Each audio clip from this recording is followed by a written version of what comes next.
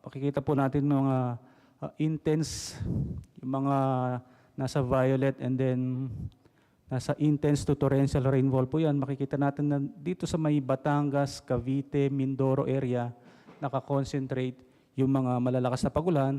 And then dito po sa may bandang western part, sa may Ilocos region, itong Dagupan, sa may Pangasinan, and then Iba, Zambales, nagkaroon din po ng mga intense to torrential rainfall.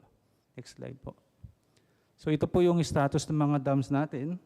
So 6 out of 10 dams nag-open na po ng gates. This is in coordination with the different agency like NIA and then POCOR. So makikita po natin yung Ipo and Bustos Dam, yung cascading dams along the Angat River in Bulacan. So ang possible maapektuhan ng municipalities, ito po Norsagaray, Angat, Santa Rafael, Bustos, Baliwag, Pulilan, Plaridel, Kalumpit, Baumbong at Hagonoy. Ito naman pong cascading dams ng Agno River. Ito pong Amboklao sa may Bocod, Binga sa may Itogon at San Roque sa may Pangasinan. Ang maaari pong barangay na maapektuhan dyan, sa may Amboklao, ito pong barangay sa may Amboklao, sa Binga, ito pong barangay sa Dalupirip and Tinongdan, sa may San Roque, municipalities of San Manuel, San Nicolas, Tayug, Asingan, Santa Maria, Rosales, Villasis, Santo Tomas, Alcala, Bautista at Bayambang. So next slide po. So sa Magat Dam naman sa may Isabela, yung municipality po ng Alfonso Lista sa Ifugao and the municipalities of Ramon, San Mateo, Aurora, Cabatuan, Luna, Reyna Mercedes, Burgos, Nagilian, and Gamu. Lahat po yan nasa probinsya ng Isabela. So next slide po. So ito po yung ating scenario for the tropical cyclone, yung nasa labas ng PAR. Sa ngayon po, tropical depression na siya. So inaasahan natin by tomorrow evening, papasok na ito ng ating Philippine Area of Responsibility. So possible, lalapit po yan by next week. It's either October 29 to 30. Close approach po yan dito sa may Northern Luzon. Dalawang scenario, maaaring mag-recurve and then muli dito sa may extreme Northern Luzon. So pag may mga significant updates, significant changes, update po natin. Next slide po. So yun lang po. Maraming salamat po. Alright. Thank you. Yung sa storm track, yung una atang linabas ninyo. I saw a report that pwedeng bumalik. The storm umikot na eh. How far do you think, what is the forecast for that? Maaari pa bang bumalik? Yes sir, may senaryo po na maaaring bumalik siya, pero paglabas po ng PAR and then babalik siya, papasok lang din po uli and then lalabas na uli. So hindi na po siya masyadong didikit sa western part ng Luzon. Yeah, because it doesn't have to make landfall for the damage to occur. Yes sir. Kung titignan mo, ito din yung sa radar. Yeah, exactly that. Yung pula, ang laki ng coverage. Malayo na yung bagyo, pero nandiyan pa rin ang ulan. And then there's that low pressure area as well that will follow. Yes, sorry. Essentially, Christine will be in that area for a week more. Isang linggo siya hanggang end of next week. Yeah. So, yun yung kailangan din nating bantayan.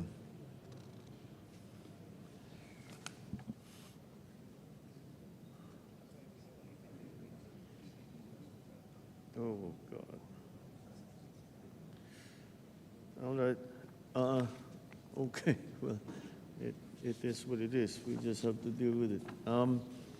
All right. Thank you for the weather situation report. Now we will go to DILG, Secretary John Vic, for the affected communities report. Sir, Region 4A and 4 and 5 were most heavily affected. In the entire country, those affected is Region 1, 2, 3, Calabarzon, Mimaropa, 5, 8, CAR, and NCR. Affected LGUs were 44 provinces, 73 cities, 733 municipalities, 14,666 barangays. We had for operational 5,791 evacuation centers, of which 19,961 families were evacuated, and 64,000 served in the evacuation center, 64,000 families. As of now, sir, most have been, except for the Naga region, most have returned back to their homes. So we are still waiting for the reports on the status of the evacuation centers. But no reports of crimes against people in the evacuation centers, sir.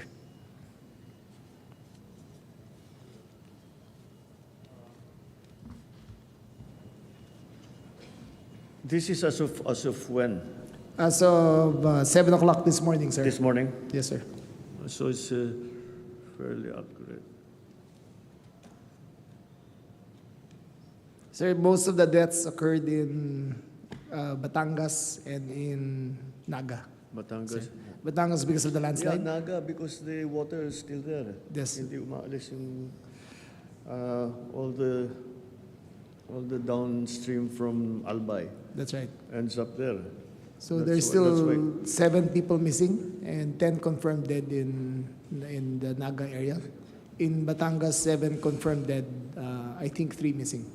Okay. So at least in Central Luzon, There were no reports of damage to, no reports of casualties in Central Luzon, sir. of casualties, but damage to thoroughfares, we can still go in. Yes, everything is possible, Okay. sir. That's the problem we're having with Bicol is ang hirap pumasok. Yes. Both because of the weather and because and the flood, the continued inclement weather and the access. All right, all right. Thank you. Next, the report will be from Secretary Jimmy Bautista of the OTR on the infrastructure and transportation situation. I think mostly concerned, what we're mostly concerned with are the ports. Have we been able, has the Coast Guard allowed us to open any of the ports that were, there were 34 of them, I think, that we closed in Region 5? There were 115 ports affected, Ports that were closed. Mr. President. No? Yeah. Hindi, yung sa PPA. Oo. Anyway, sige. Yes, keep sir. going. There were 115 ports affected. There were 10,236 stranded passengers. 2,699 rolling cargos were stranded. The Philippine Coast Guard has deployed 226 teams, rescuing around 142,000 individuals in 11 regions. There were some reported missing fishermen, Mr. President, 2. One is in Poro, Barangay Poro, City of San Fernando, and the other one is in the vicinity of Buena Vista, Quezon. No? The Philippine Coast Guard, together with the Philippine Ports Authority, have extended assistance to all these affected individuals. And I think one of the biggest affected is the Matnog port. No? Until now, no movement of vessels yet. No? But the Philippine Coast Guard will allow the vessels to sail if the weather condition improves. No? In the airport situation, Mr. President, all the airports are operating right now. There are no reports of major damage. No? The Civil Aviation Authority of the Philippines and the OTR are on standby in all the airports, so we can coordinate for possible distribution or transport of relief goods. So we're coordinating with all the other agencies, Mr. President.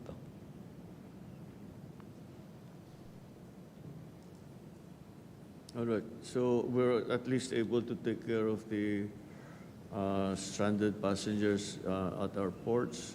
Yes, sir. So the airports are operating. Yes, sir. Right now, all the airports are operational. No? Maybe next slide, please. So these are the affected passengers, 67 delayed flights from October 21 to October 24. There are almost 29,000 passengers affected, either by delayed flights, canceled flights, or diverted flights. Next slide, please. So these are the regions affected, as mentioned earlier. 10,475 passengers were stranded, no? 111 vessels, and 2,839 rolling cargos. No? These are the rescue evacuation efforts from the Philippine Coast Guard. As I mentioned earlier, the Philippine Coast Guard has deployed 226 teams. They have deployed 130 aluminum and rubber boats. So the Philippine Coast Guard continues to monitor all these ports, no?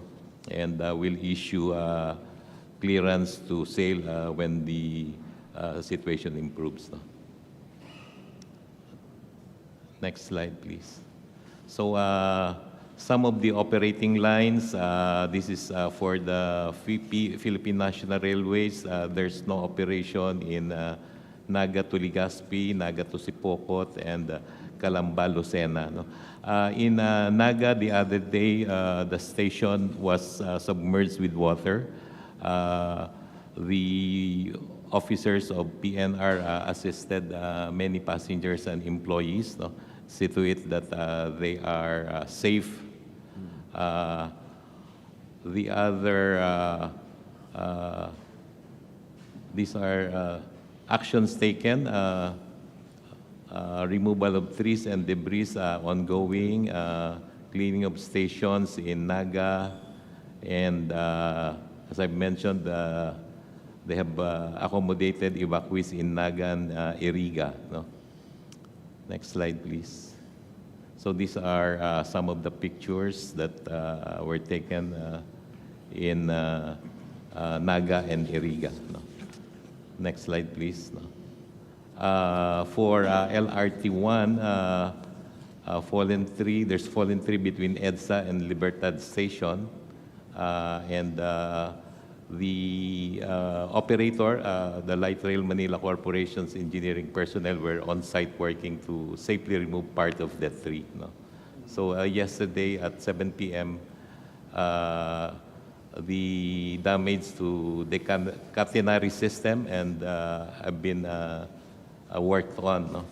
So LRMC implemented limited operations and it will be operational today, Mr. President. No?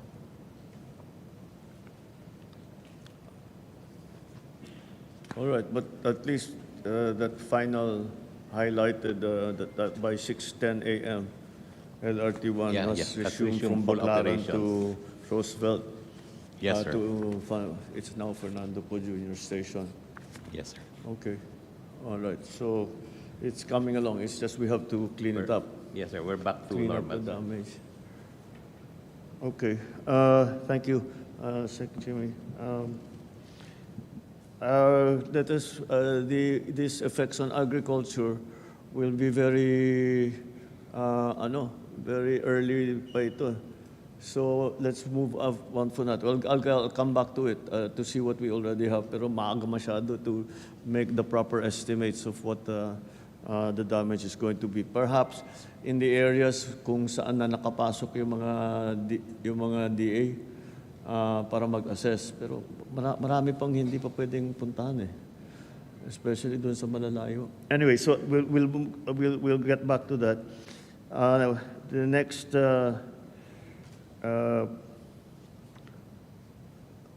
the next item on our agenda is a report from the DSWD.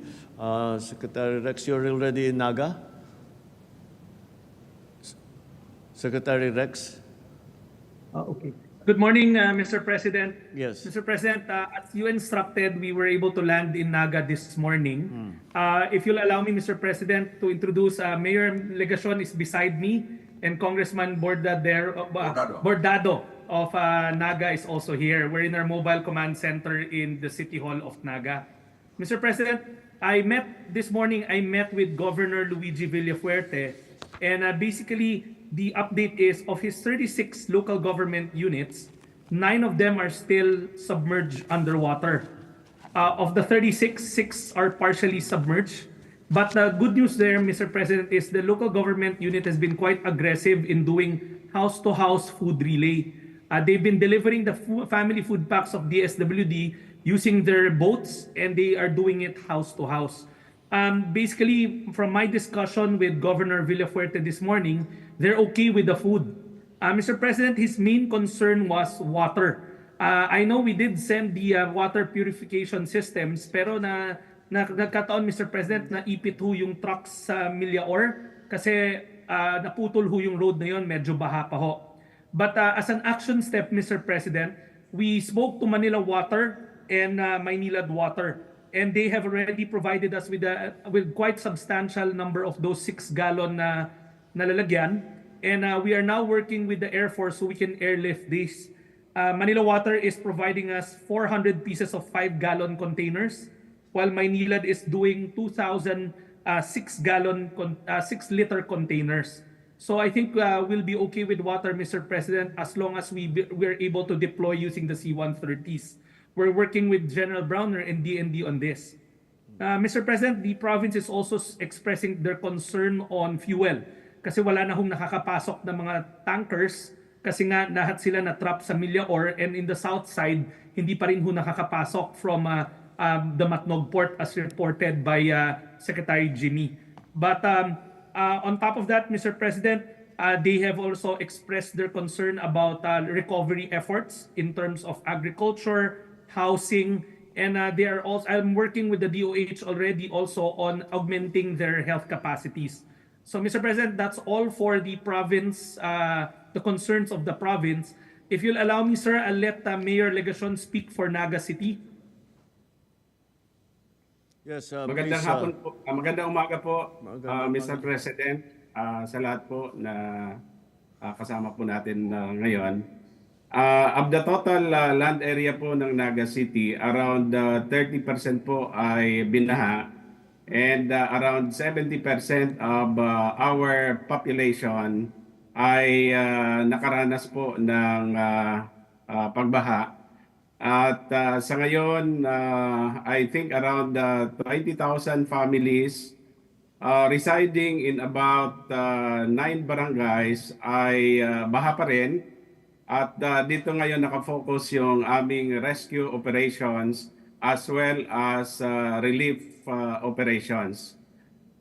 Pero I must admit, Mr. President, at hinihingi po namin yung tulong, particularly ng DSWD, kinukulang na po kami sa pagkain, sa tubig.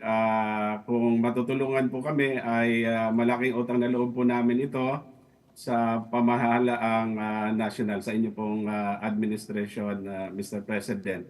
Meron pong casualty na nai-report po sa amin, 13, at of course maraming damage to properties, both personal, even real properties. Meron po kaming isang tulay na nasira o sinira ng bagyong si Christine, at isinara na po namin para hindi na masyadong hindi na makakos pa ng buhay at anumang damage. So ang tingin po namin, Mr. President, hangga't hindi pa nako-cross yung highways sa Millaor, at hangga't hindi pa po nakakarating yung mga ayuda coming from Metro Manila, from the national government, ay mas mahihirapan pa po kami. Thank you, Mayor. Mr. President, I updated the mayor that right now, for for our regional warehouse, we still have 86,000 family food packs. And I assured him, magkatabi man ho kami, na he can pick it up anytime. He has a standing request of 30,000. We're ready to distribute that, Mr. President. Of course, he'll take charge with the last mile, pero we still have food on the ground. And I assured him already that ready ho ang national government to augment his needs. Now, yung water po, as I mentioned, Manila Water and Maynilad Waters ready to go. The moment we get the airlifts from Air Force, we should be able to provide both the province and Naga City. All right. Thank you, Secretary Rex. Mukhang the problem is not the availability of relief goods and the responders, but is the accessibility dun sa areas, especially in Kamsur, dahil marami pang nakalubog. Pero nag-evacuate tayo ng mabuti. So wala nang isolated na kailangang i-rescue o meron pa rin, nagre-rescue pa rin tayo ng tao na doon sa flooded areas. Mayroon pa rin, Mr. President, mga ilan-ilan na natatanggap kaming rescue request at nagre-respond pa po kami hanggang ngayon. Pero I think we are now shifting our operations from rescue operations to relief operations. Inaasahan po namin na hanggat may baha ay patuloy na mahihirapan, kinakailangan ng aming mga kababayan ng pagkain, ng tubig, maging ng damit. Ito yung una muna na necessity sa ngayon. Mr. President, if I can speak on behalf of the province, kasi si Gov, I couldn't pull him dahil he's quite busy with his own operations kanina. Basically, Mr. President, for Camarines Sur, ang report ni Gov, wala na hong kailangan ilikas. Yung mga nakikita natin sa mga tahanan, what they're doing lang is they're waiting for the floodwaters to reside, pero ang hinihingi nila food. So that's why the province has mobilized both brigades to distribute the family food boxes of DSWD. So sa side ho ng province, wala na hong nililikas, more of food relay na lang using the boats po. Very well. All right, but we have all of these, yes, all of these goods available. At saka na, we're seeing the pictures now of some of the relief efforts that are ongoing. Kahit na may baha pa rin, at least nakapasok na yung mga ating mga tao, together with some of the relief goods and some of the equipment that we need, yung mga water purifiers. How are we doing on the water supply? Because kahit baha, it's always the critical issue is water supply. Mr. President, both the province and the mayor can confirm this. The water is becoming a struggle, but as mentioned, our partners, Manila Water and Maynilad, have already mobilized potable drinking water in gallons. We are currently working with the good people from the Air Force so that we can airlift these water gallons kasi medyo marami ho sila. The moment it lands, hopefully within today or tomorrow, then we should be okay because, Mr. President, marami-rami naman ho yung ibinigay ng Manila Water and Maynila. These are the 5 gallons per container or the 6 gallons per container. They answered our call and they're ready to mobilize already, Mr. President. All right. Okay, so it's still accessibility that we're having to deal with, the lack of accessibility that we're having to deal with. Yes, all right. Mr. President, if I can just reiterate, for the province side, the pictures you're seeing are the operations of the province. Sa pagkain ho talaga, they've been quite aggressive already. Governor Villafuerte, Congressman El Rey, they've been on the ground.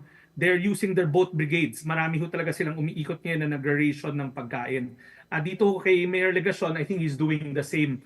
But we assured him na the stocks are ready.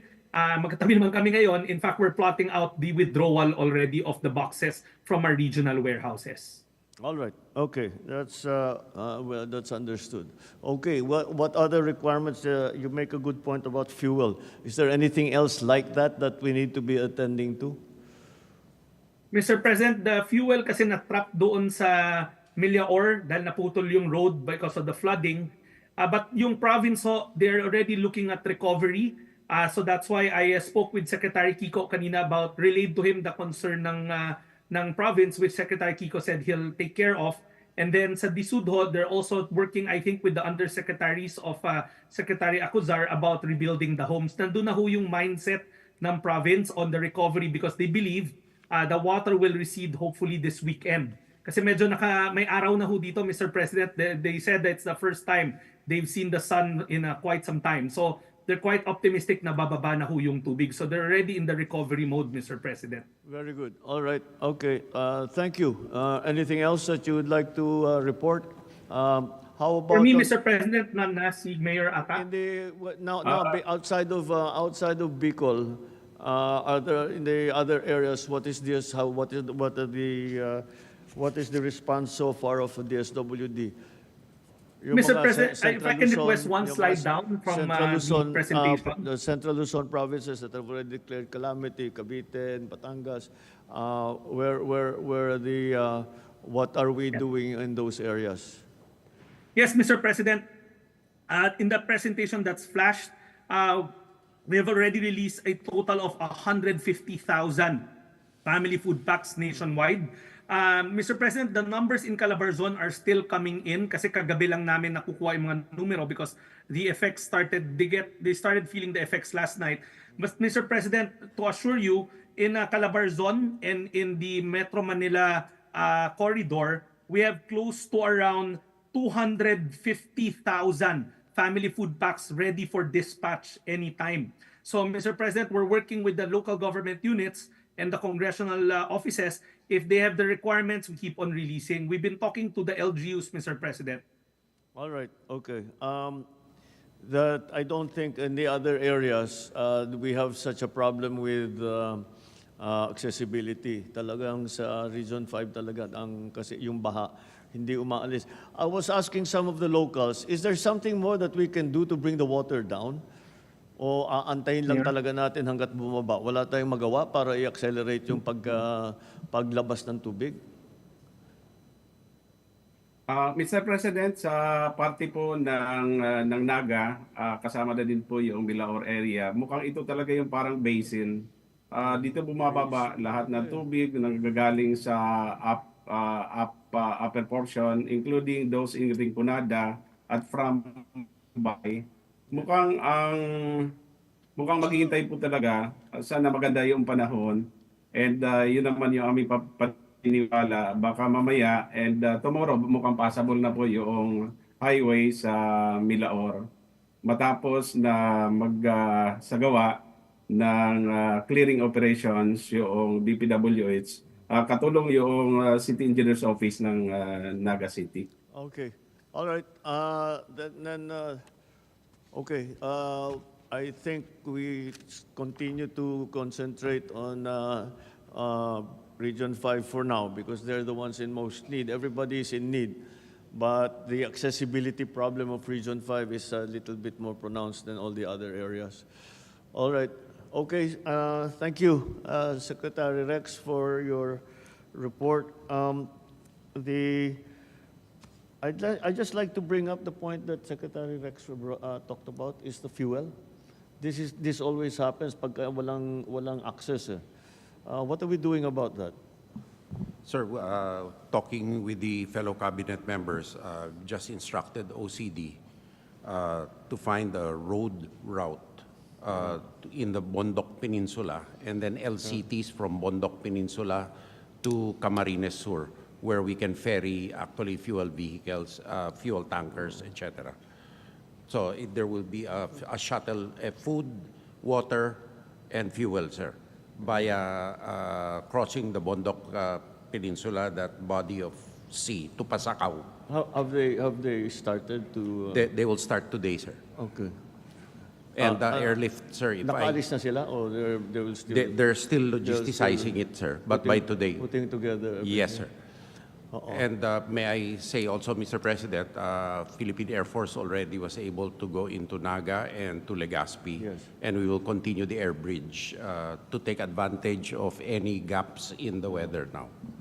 The things that are coming up, which we have experienced before, is probably the need for airlift capability mga sa rotary siguro kasi isolated areas kahit na hindi mapasok ng land vehicle.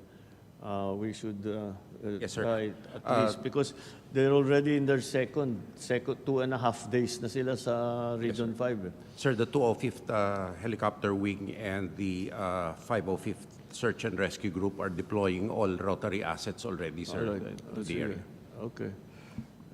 Yes, Secretary Tony.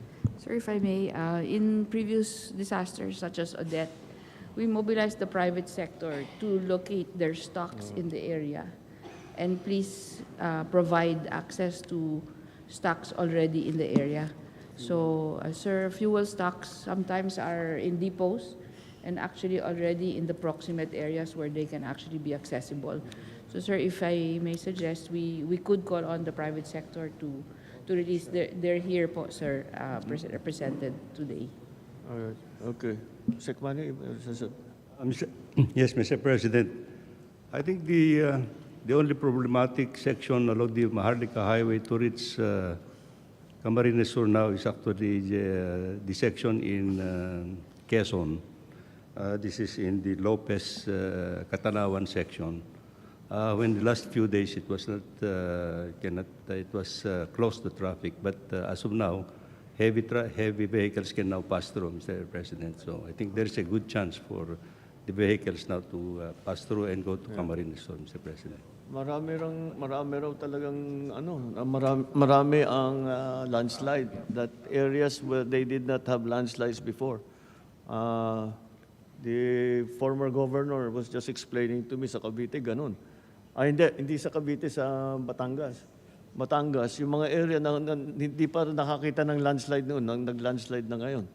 So, I guess our problem, yung lupa is completely saturated. Wala na talaga pupuntahan yung tubig. Anyway, all right, okay, thank you.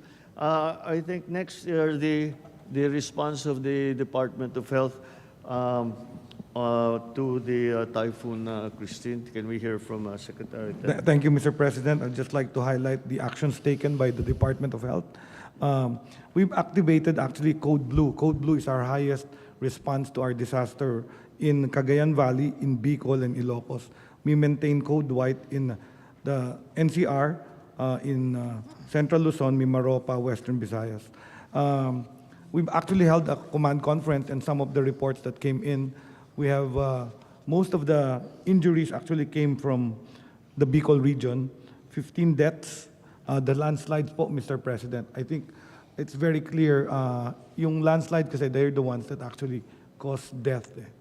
So it's very important that we map out where the high-risk communities are para pag malakas ang ulan and when it's continuous rain, we evacuate them also early. Not only flood-prone, kasi yun yung dapat siguro nating makita. 11 of the deaths of the 15 are from Bicol, and half of them were from the landslide. Of the recorded injuries, mostly mga wounds ito, when people rescue out of their homes from floods, they get injured. So, of the hospitals po, we have 9 facilities with minor damages. No?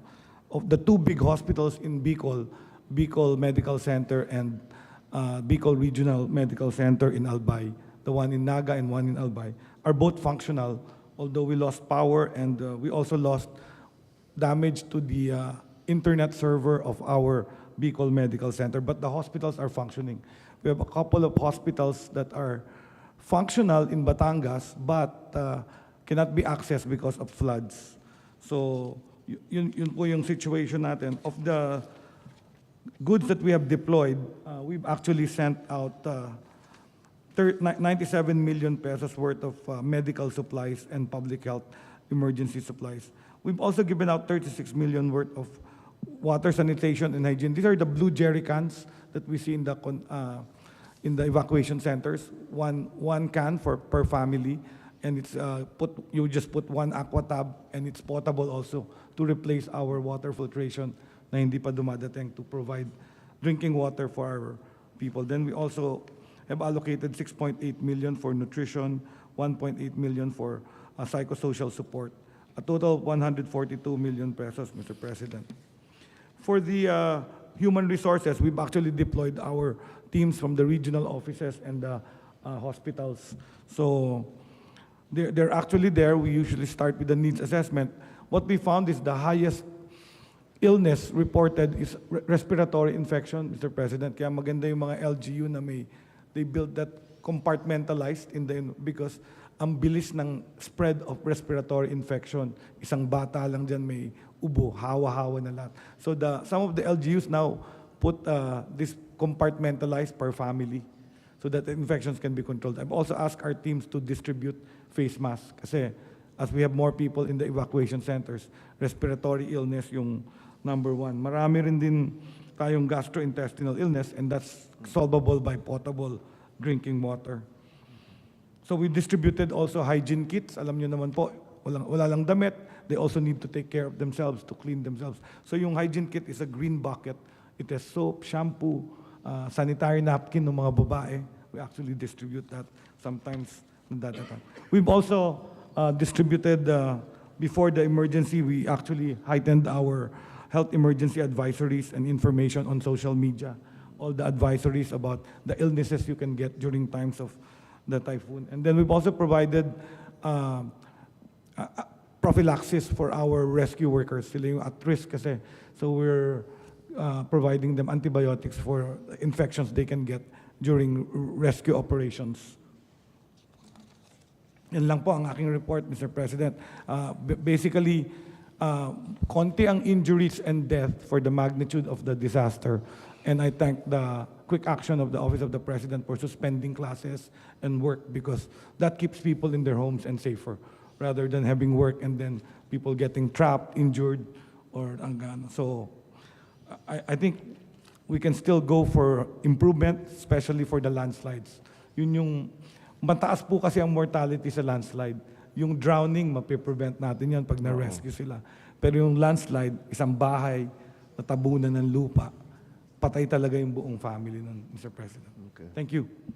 Thank you, Secretary. We'll just continue to respond.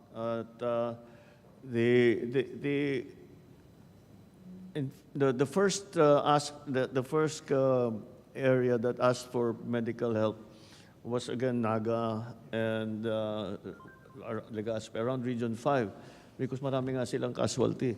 And yun na nga, we haven't been able to go in yet. But we have the medicals that are in place are operating now. So how are we doing on communication, Gilbert? Bumalik na generally ang communication. I know power is going to take time, but Sir, with us, we have you OCD have systems. sufficient communication. Yes, sir. Yes, please go ahead. Yes.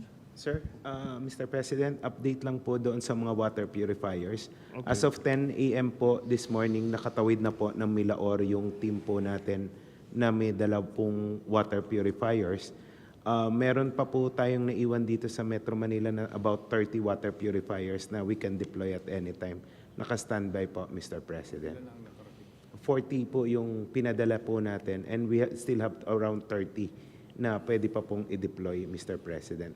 As of 10 a.m., kasama na po yung team natin ng PDRRMO po ng CAMSUR, Mr. President. So yung team ninyo, yung 50-person team, nakapasok na? Nakatawid na po ng Milaor kaninang Nandun na sila? Yes, sir. Nandun na sila? As of 10 a.m. po, Mr. President. Naipit po kasi sila sa Lopez and then Milaor. Nagpalipas po sila ng gabi, kagabi. Then as of 9:30 po, nakatawid na po sila, Mr. President. Okay. Alright. Yung mga gamit nyo na-deliver nyo palabas? Opo, naitawid na po, nasa Naga City Hindi, Hall. pero mula sa Naga, kasi ang mga nangangailangan sa labas din ng Naga, hindi lamang doon sa loob ng city. Yes po, kasama na po ng PDRRMO ng CAMSUR and may dala rin po kami mga bangka, Mr. President, for deployment po. Alright. Mr. President, if I may, on landslides. I think the near director. Mr. President, on a lighter note naman po, malaki ang naitulong ng mga dams natin sa pag-mitigate ng baha. No? In the case of Magat Dam, nakapag-pre-release po kami, so napababa namin ng mga 8 meters yung level. So nung dumating na yung malakas na ulan, ang inflow was 3,200 cubic meters per second. Ano? Napakalakas talaga. So Ang release na lang namin noon is mga around 700. So na-mitigate po natin yung baha doon. Parehas din ang kwento niyan sa Halaor Dam. Itong ating pantabangan naman po ay nasa 14 meters pa naman yung kailangan niyang punuin. So malaki rin po na itulong nito. And in the case of San Roque Dam, Sir President, nag-release ang Ambuklang. Nakita namin yung report kanina, yung the one that was put up earlier. Mukha namang nakontrol na mabuti yung level ng dam at na mayroon tayong nagawa ahead of time na para hindi tayo mabigla, and then we will release na naman kagaya na nangyari noon.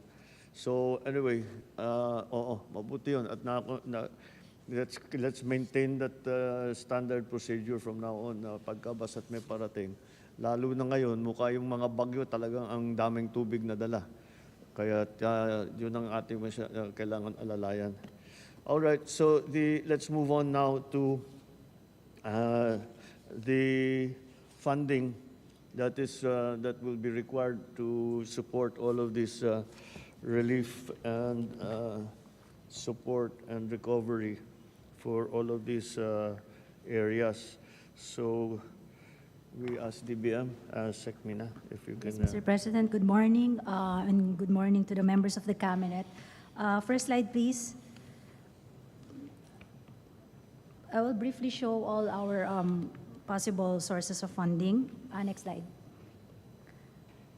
Presented on the slide is a status of the NDRRM fund releases from 2024, GAA, and 2023 continuing appropriations. As of October 24, 2024, the NDRRM fund has a total available balance of 1.983 billion pesos, of which 1.845 billion is from our 2024 General Appropriations Act, and the remaining 139 million pesos is from 2023 continuing appropriations. However, from the remaining balance, we still have a pending request for QRF replenishment for SARO issuance in the total of 1 billion pesos, broken down as follows: DPWH, 1 billion pesos, DILG PNP, 25 million pesos, and DND OCT, 37.5 million pesos. The available balance of the NDRRMF after the issuance of ZARO for this QRF augmentation request will be 921.4 million pesos. Now on the QRF, based on the tentative report submitted by respective implementing departments and agencies as of September 30, 2024, the recipient agencies were able to obligate 14.7 billion pesos or 48.8% out of the total allocations received for QRF as of October 24, 2024 of the 30.093 billion pesos. The fiscal year 2024 allotment received for QRF is at 19.088 billion pesos, which is broken down as follows. For agency-specific QRF appropriations, it's 7.925 billion pesos. And for QRF replenishments from NDRRMF, it's 11.163 billion pesos. The fiscal year 2023 continuing appropriations of 11 billion pesos represents QRF unobligated allotments for fiscal year 2023. Now, on the next slide, we will show the utilization rates of recipient departments and agencies. To date, the slide shows that the DILG PNP was able to obligate a total amount received of QRF amounting to 58 million pesos. On the other hand, the DepEd OSEC, with the highest QRF allocation of 3.5 billion pesos, recorded the second lowest utilization with only 7.43%, slightly higher than the DILG BFP of 7.34%. Showed on this slide, Mr. President, are the balances of the QRF that are already within the departments. As you can see, Mr. President, for the Department of Agriculture, they still have more than 1.5 billion ready for usage. For DepEd, more than 3 billion for repairs of school buildings.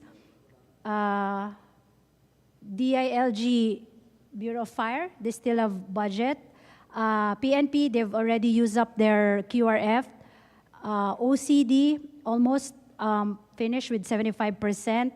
DPWH, OSEC, they still have roughly 60% of their QRF fund for usage. DSWD, it's almost finished. I'm in touch with SecRex and just waiting for the request for the balance of QRF that you need. It's more than roughly, I think, 500 million pesos. I'm just waiting for the letter, Sec, and then we'll release it within the day. And then the DOH, sir, we still have funding, but let me know if you need more. And the DOTR, Philippine Coast Guard, 50% of their budget has been utilized.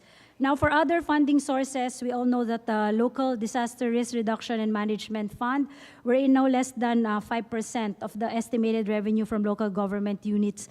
Regular sources can also be used to support disaster risk management activities, including pre-disaster preparedness programs, post-disaster activities, and for the payment of premiums of calamity insurance. Of the amount appropriated, 30% should be allocated for respective QRFs, Mr. President.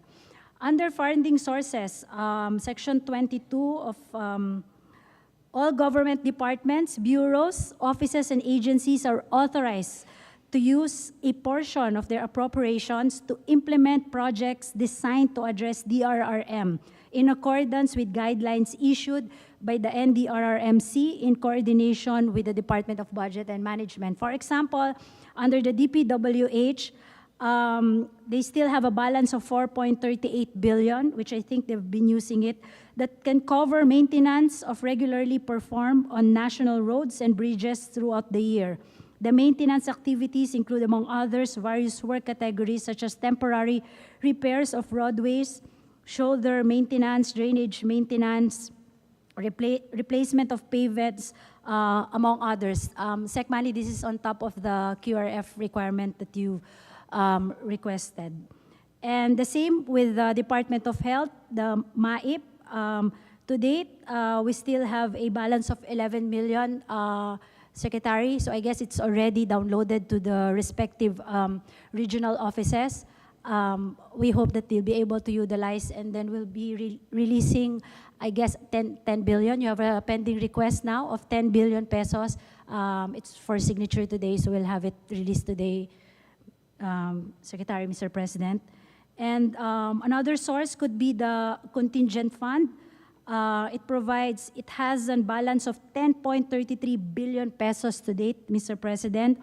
The appropriation may be utilized for funding requirements of new and urgent activities or projects of the national government agencies, GOCCs, local government units that needs to be implemented or paid during the year, Mr. President. So we still have 10.33 billion of this. And assuming we need more, Mr. President, we still have, I just received a certification from the Bureau of Treasury, Department of Finance for unprogrammed appropriations. So assuming we need more funding, Mr. President, we can tap the unprogrammed appropriations. Rest assured, Mr. President and members of the Cabinet, that the DBM remains unwavering in the commitment to provide funds to the agencies that require support for programs focused on immediate disaster response and rehabilitation, Mr. President. Right. So certainly the ones that are to the different agencies are already with them, so that's readily available.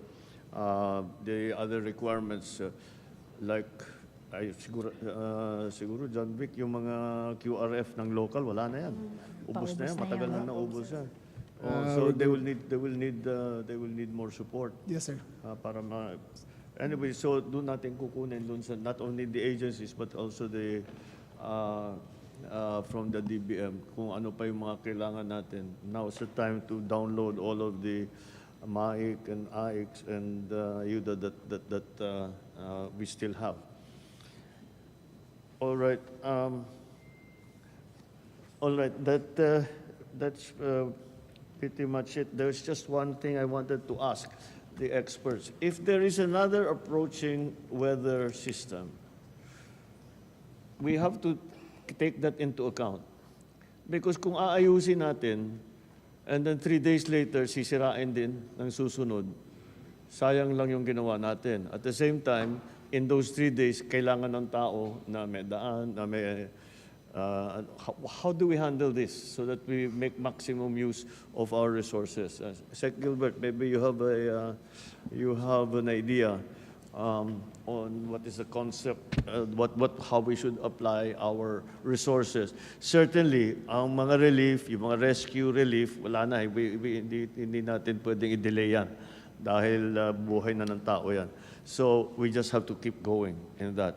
Now, when it comes to the rebuilding or repairing, all of these things, what are we have to think in the slightly, not short term.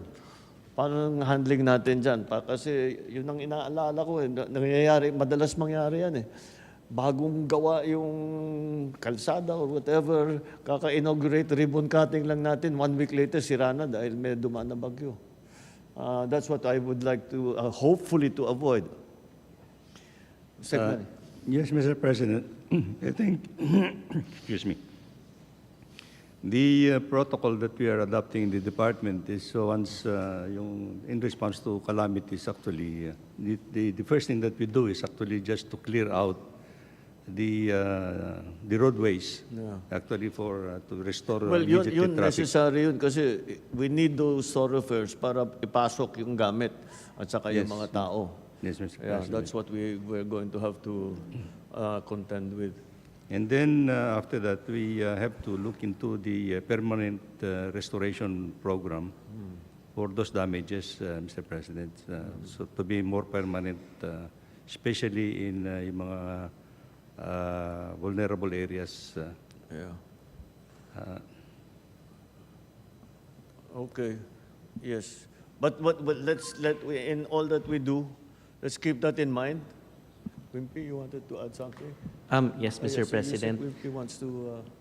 Yeah, the time that you were sponsoring the Department of Housing and Urban Dev, there is an enumeration of the MHS policy on basic needs and the hierarchy. Okay. And that was designed precisely to respond to situations like this. So the priorities are as follows. It's water facilities that we have to concentrate on. So during these 3 days, we have to replenish water, and then the energy, including the fuel, and then the food, clothing, shelter, health, education, and then the rest is what was mentioned by DPWH. It's access, it's livelihood, it's recreation, and ICT, and the overall security where the PNP and the other security sector is concerned. So, demands-based approach po siya, and dun po yung tutukan ng government and the community. Protectionan yung 13 basic needs, and then just prepare for the next. Okay. All right. Well, my concern that I just spoke about fixing something that will just be destroyed a few days later, that also applies to power. Oo. Kaya Yes, yun ang kailangan natin alalahanin. Anyway, it's not an easy situation. There's no simple answer to any of this. We'll just have to keep monitoring the situation and make sure always the rescue and relief are that cannot stop. It doesn't matter if there's another storm coming. We cannot stop. That cannot stop. And then the support that we are giving, that the DSWD giving, is those who have been displaced, who are still in evacuation centers, or they are staying with outside of their own homes, wherever that might be, with relatives or friends. That also cannot stop. So those are the main elements, I think. Sa agri, Sekiko, well, at what, nakapag-ani na ba sa... Mr. President, or they're in the middle of harvest? we have already harvested about, depending on each area, 60 to 70%. And actually, before the storm hit, a week before the storm hit, we accelerated harvesting and buying from NFA din. So nakatulong naman yun, sir. Yeah, so we'll have to make up for that 30 to 40% kung sakali na outright na destroyed. Hopefully, hindi naman ho, but yes. Well, But we have if enough stock, sir. Then we have Kadiwa trucks also going Yes, to that's right, Kamsur, yes. and we also have NFA rice ordered by the LGUs being deployed as we speak. Plus, to prepare for what is coming, we also instructed NFA to send additional rice above and beyond what was requested. Oh, Thank you, sir. And then we'll just keep me updated about the damages that that our people are seeing in terms of the agricultural sector. All right. Well, that's the situation now. What as we have already experienced, as we have experienced many times, there are phases to the thing. There's the rescue phase, then the relief phase, and then the recovery phase, where we start to bring our people back to their normal homes, residences. It is made much more complicated by the fact that lawak nung effect, napakalawak yung effect ng bagyo. So, what happened is that Bicol is in one phase, Central Luzon is in another phase, first Region 1, 2 will be in another phase. So it became complicated because ang laki ang pagkatama, tapos ang tama hindi sabay-sabay, iba-iba. At siyempre, dumaan ng dahan-dahan. So we just have to be more creative and be able to maximize our resources. All right, batay ko, nandyan na yung sundo ko. We're going to make an inspection. So, okay, just keep me informed, and whatever problems arise, just raise them up with me. And if not, actually, amongst yourselves, if you can solve it, let's do it that way, as quickly as possible. Just remember, there are people still in water right now.